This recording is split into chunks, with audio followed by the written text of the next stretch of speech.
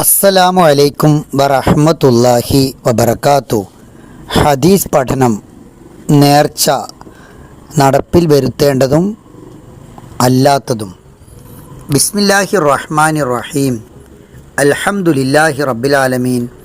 വസ്സലാത്തു വസ്സലാമു അലാ റസൂലിഹിൽ അമീൻ വഅലാ ആലിഹി വസഹ്ബിഹി അജ്മഈൻ. അൻ ആയിഷ ഉമ്മുൽ മുഅ്മിനീൻ റളിയല്ലാഹു അൻഹാ അന്ന റസൂലല്ലാഹി സ്വല്ലല്ലാഹു അലൈഹി വസല്ലം ഖാൽ മൻ നദറ അൻ യുത്തിഅ അല്ലാഹ ഫൽയുത്തിഅഹു വമൻ നദറ അൻ യഅസിയഹു ഫലാ യഅസി.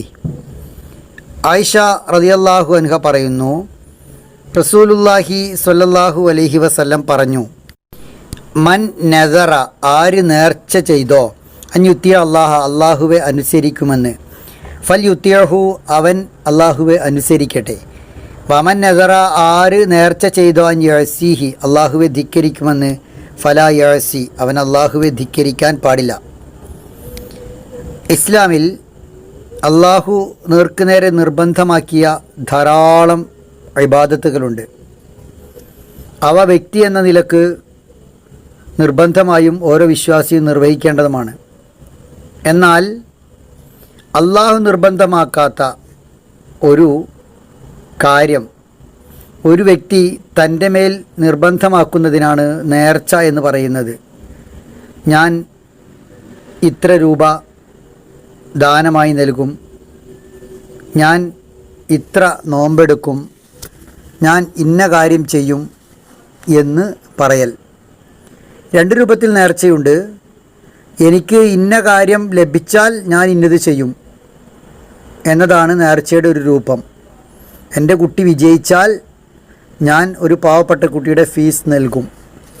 ഇത് പിശുക്കന്മാരുടെ കയ്യിൽ നിന്നും പണം പുറത്തെടുക്കാനുള്ള വഴിയാണ് എന്നാണ് പ്രവാചകൻ പഠിപ്പിച്ചിട്ടുള്ളത്.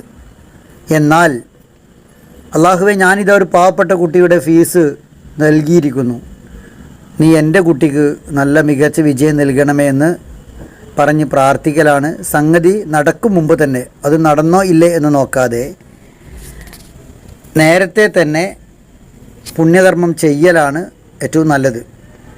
ഈ ഹദീസിൽ നേർച്ചയുമായി ബന്ധപ്പെട്ട രണ്ട് കാര്യങ്ങളാണ് പ്രവാചകൻ റസൂൽ കരീം സല്ലല്ലാഹു അലൈഹി വസല്ലം പറയുന്നത്.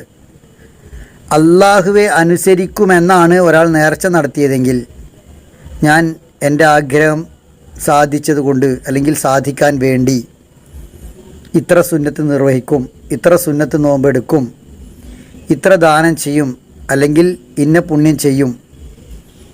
ഇങ്ങനെ ഒരാൾ നല്ല കാര്യം നേർച്ചയാക്കുമ്പോൾ ആ നേർച്ച അയാൾ പാലിക്കാൻ ബാധ്യസ്ഥനാണ്, പാലിക്കണം.